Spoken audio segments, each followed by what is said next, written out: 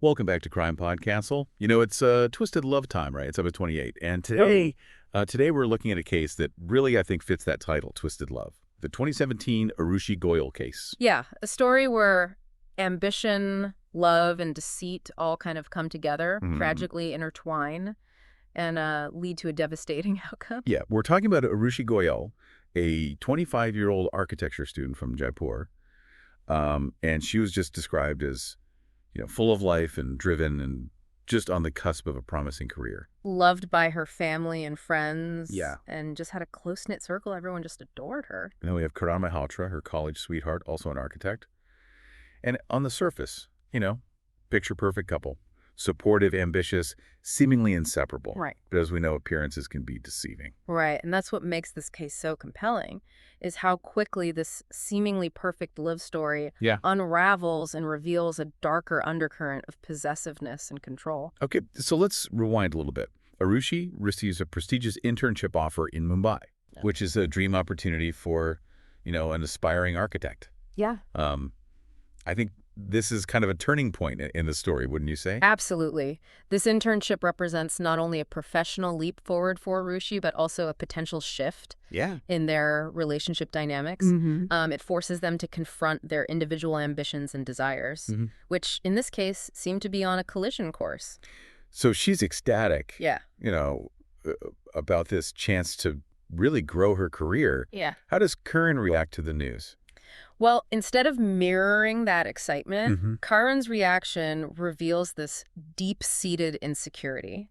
He becomes increasingly possessive and controlling, questioning her commitment to the relationship. Wow. And expressing resentment towards her success. So almost like her success kind of triggers a sense of inadequacy in him. Precisely. He's threatened by her moving forward, both geographically and professionally. Yeah, and that's where those cracks in the relationship become impossible to ignore. Right. And the internship becomes a catalyst for conflict, exposing the underlying vulnerabilities and the power imbalances that were perhaps always present, but were masked by their outward appearances. Okay, so we have this tension simmering. And then tragically on November 5th, 2017, Arushi is found dead in her apartment. The discovery just sends shockwaves through the community. Suspicion immediately falls on Karan. Yeah, the crime scene paints a grim picture. Evidence of manual strangulation, bruises on her body. It's clear there was a violent struggle. Yeah. And of course, the fact that Karan was the last known person to see her alive immediately puts him at the center of the investigation. It seems like a classic case of a relationship gone wrong. But let's dive into the specifics of the investigation a little bit. Yeah. What did the forensic analysis reveal about the crime scene? And how did it point toward Karan? The forensic team played a crucial role in this case. Yeah. They found Karan's fingerprints on a broken vase near Arushi's body. Oh, wow. Directly linking him to the scene of the crime. And were there any witnesses? Did anybody come forward with information? Yes. Several neighbors reported hearing loud arguments and sounds of a struggle coming from Arushi's apartment that evening. Oh, wow. Their accounts corroborated the timeline of the altercation and placed Karan at the scene during the time frame of the murder. So we have the physical evidence, the fingerprints placing him there. We have witness testimony about the timeline. How does Karan respond to all this mounting evidence against him? Initially, he's evasive and contradictory. His alibi doesn't quite hold up. Right. And his story's just riddled with inconsistencies. So the police, armed with the forensic evidence and witness testimonies, they apply pressure during the interrogation. And this is where the case takes a dramatic turn, I think. What happens during that interrogation that really changes the course of the investigation? Well, confronted with the overwhelming evidence against him, Karan cracks. Wow. He breaks down and he delivers a full confession, admitting to being present at Arushi's apartment that night and to the act of strangulation. So a confession. That's huge. What exactly does he reveal about that night? What led to this tragic escalation of violence? In his confession, Karan paints a picture of a heated argument that spiraled out of control. He admits to being enraged by Arushi's decision to move to Mumbai for the internship and confronting her in a fit of jealousy and resentment. So he admits to the argument, but how does he explain the violence itself? What happened in those final moments? Karan confesses to grabbing Arushi by the neck during the argument. Yeah. He claims that his intention was to scare her to force her to listen. Right. But in a moment of blind rage, he strangled her. This is such a classic example of how quickly a situation can escalate when emotions are running high, especially in the context of a relationship that already seems to be on shaky ground. It's a chilling reminder of how easily anger can turn deadly. And Karan's confession, while providing some answers, also raises more questions about the dynamics of their relationship and the warning signs that may have been missed. His confession becomes the cornerstone of the prosecution's case as they move forward with the trial. But as we'll see, the trial is far from straightforward. The trial brings to light all the complexities of this case. Right. The prosecution emphasizing premeditation and the defense arguing for a more lenient sentence based on Karan's remorse and claims of an impulsive act. And we'll dive deeper into that trial and its aftermath in the next part of our deep dive into the Arushi Goyal case. Welcome back to Crime Podcastle. So as we kind of dig further into the Arushi Goyal case, I think it's important to maybe shift our focus a little bit from the specifics of the crime to the trial and its aftermath. Karan's confession is huge. But the legal battle is just beginning. Exactly. And the trial really becomes this platform, not just for justice, but for this broader conversation about toxic relationships and the consequences of these unchecked emotions. So the trial really kind of highlights the complexities of this whole case. It does. The prosecution, presents this narrative emphasizing Karan's possessiveness and jealousy as premeditation for murder. They argue that his controlling behavior, escalating arguments, and ultimately, the violence, it wasn't just isolated incidents as part of a pattern of abuse. What about the defense? What's the strategy to counter that? Well, the defense tries to paint a different picture. Okay. They attempt to portray the crime as a crime of passion. Okay. So a tragic but impulsive act fueled by emotional distress. Right. They highlight Karan's remorse, his cooperation with the investigation, and argue that his actions weren't premeditated, but rather a result of this momentary lapse in judgment. It's interesting how both sides kind of construct their narratives, drawing upon, different aspects of the evidence to support their arguments. Right. It becomes this battleground of perspectives. It does. And the jury is tasked with figuring out the truth. And it's a reminder that the legal system, while striving for justice, is also a human system subject to interpretation and persuasion. Yeah. The trial, in many ways, reflects this broader societal struggle to understand and address the complexities of toxic relationships. Absolutely. There's often this gray area, a blurring of lines between love control and violence that makes it really challenging to pinpoint culpability and determine appropriate consequences. So we have these two contrasting narratives, right, presented before the court. What's the final verdict? How does the jury rule in this really emotionally charged case? Well, after weeks of testimony, deliberation, and intense media scrutiny, the jury delivers its verdict.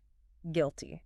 Wow. Karan Malhotra is convicted of murder and sentenced to life in prison. Life imprisonment. That's significant. So it seems like they sided with the prosecution, rejecting those claims of just a momentary lapse in judgment. And the judge, in delivering the sentence, emphasizes the brutality of the crime and the need for accountability. He acknowledges Karan's remorse, but he underscores that his actions resulted in the loss of a young life. Of course. Full of potential. So the sentence, while bringing a sense of closure to the legal proceedings, also sparks this wave of discussions about the broader societal implications of this case.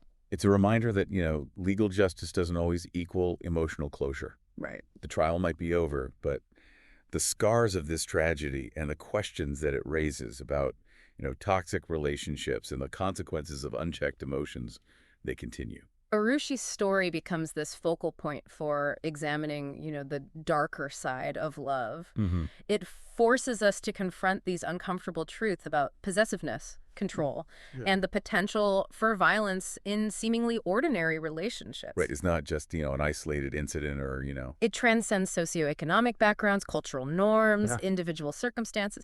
These things exist everywhere. Toxic relationships that are often hidden in plain sight. Yeah. So I think this is where the conversation needs to shift from the courtroom to the community to our own personal lives. It's about recognizing the red flags of toxic relationships, Absolutely. promoting healthy communication, and fostering that culture of respect and equality in all relationships. And while the legal system plays a vital role in addressing the consequences of these tragedies, true prevention starts with awareness education and a collective effort to dismantle the cultural norms that perpetuate these unhealthy relationship patterns. Arushi's story, while heartbreaking, can be a catalyst for change. It can. By learning from her experience, by engaging in these open dialogues about these sensitive issues, we can strive to create a world where love is not a weapon, but a source of strength, support, and mutual respect. Absolutely. Welcome back to Crime Podcastle. As we wrap up our look at the Arushi Goyal case, I think it's important to remember that, while the legal proceedings have reached a verdict, the conversation about toxic relationships and, these devastating consequences, it has to continue. Right. Arushi's story is this powerful reminder that we all have a role to play in creating a society where love is not a weapon, but a source of strength, support, and mutual respect. And her story is just undeniably tragic, but her legacy can be one of awareness, education, and empowerment.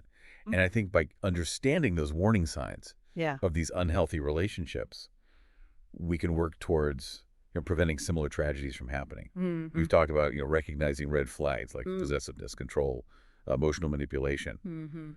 But I think it's equally important to understand what makes a healthy relationship. Like, what are the building blocks of a good partnership? Well, in a healthy relationship, partners feel safe to express themselves without fear of judgment. Or reprisal. They support each other's dreams and aspirations, even when those dreams lead them on separate paths. It's about celebrating each other's individuality, not trying to control it or confine it. Exactly. Healthy relationships thrive on open communication, where partners feel comfortable sharing their feelings, concerns, needs.